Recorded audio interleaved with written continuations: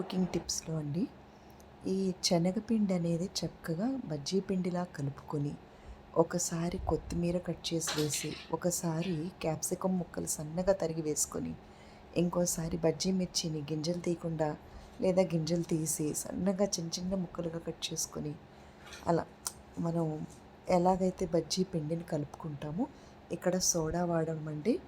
ఆయిల్లో వేసినట్టుగా ఉల్లిపాయ కూరలో వేయాలి. అంటే ఉల్లిపాయ కూర కొంచెం టమాటా ముక్కలు వేసుకొని కొత్తిమీర చల్లుకొని పచ్చిమిర్చి వేసాక బాగా వేగిన తర్వాత సిమ్లో పెట్టి కొంచెం వాటర్ వేసి అవి ఉడుకుతుండగా వాటరు ఈ 3 రకాల బజ్జీ పిండిని ఏదో ఒకటి మనం కడాయిలో వేసినట్టుగా ఈ కర్రీ మీద వేయాలన్నమాట. ఈ రెసిపీ అయితే చాలా బాగుందండి. మనం వేసిన కరెక్ట్గా 2-3 మినిట్స్లో మ్యాక్సిమం 5 మినిట్స్లోనే మూత పెడితే బజ్జీలు చక్కగా ఉడికిపోతాయి. అయితే మనం రెగ్యులర్గా చేసుకునే మిర్చి బజ్జీ ఎంత బాగుంటుందో డీప్ ఆయిల్లో అలాగే టేస్టీగా ఉంటుంది.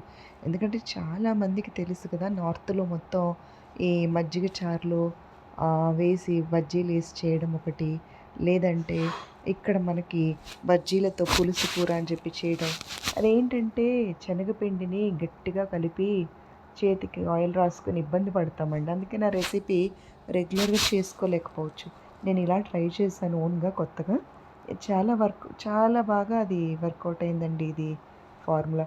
ఎప్పుడైనా మన నోటికి ఏమైనా తినాలనిపించి, మేము ఎస్పెషల్లీ వెజిటేరియన్స్కి టేస్ట్ చాలా బాగుంటాయి కానీ ఇంకా నచ్చవన్నమాట ఈ వంటలు కూడా. అలా దాంట్లో చక్కగా ఎల్లో కలర్లో చిన్న చిన్నగా సోడా వేయకుండా చేసిన బజ్జీలు కదా, కొంతమంది ఆయిల్ ఎక్కువగా తినలేని వాళ్ళకి ఇది ఒక మంచి యూస్ఫుల్ టిప్ అండి. రెమెడీ అనుకోవచ్చు, మంచి remedy.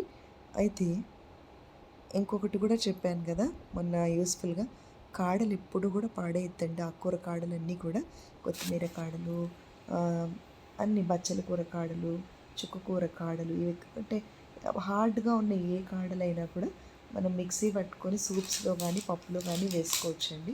High fibre. Please subscribe my channel, please follow.